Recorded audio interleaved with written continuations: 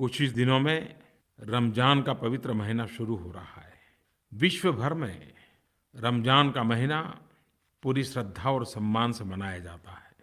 रोजे का सामूहिक पहलू यह है कि जब इंसान खुद भूखा होता है तो उसको दूसरों की भूख का भी एहसास होता है।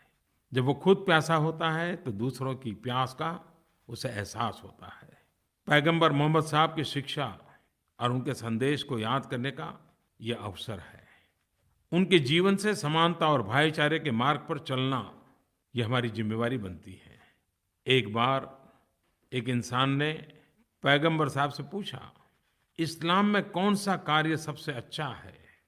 पैगंबर साहब ने कहा, किसी गरीब और जरूरतमंद को खिलाना और सभी से सद्भाव से मिलना, चाहे आप उन्हें जानते हो या न जानते हो।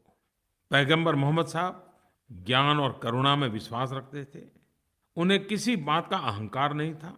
वे कहते थे कि अहंकार ही ज्ञान को पराजित करता रहता है। पैगंबर मोहम्मद साहब का मानना था कि यदि आपके पास कोई भी चीज आपकी आवश्यकता से अधिक है तो आप उसे किसी जरूरतमंद व्यक्ति को दें। इसलिए रमजान में दान का भी काफी महत्व है। लोग इस पवित्र माह में जरूरतमंदों को दान देते हैं। पैगंबर मोहम्मद साहब का मानना था, कोई व्यक्ति अपनी पवित्र आत्मा से अमीर होता है, न कि धन दौलत से।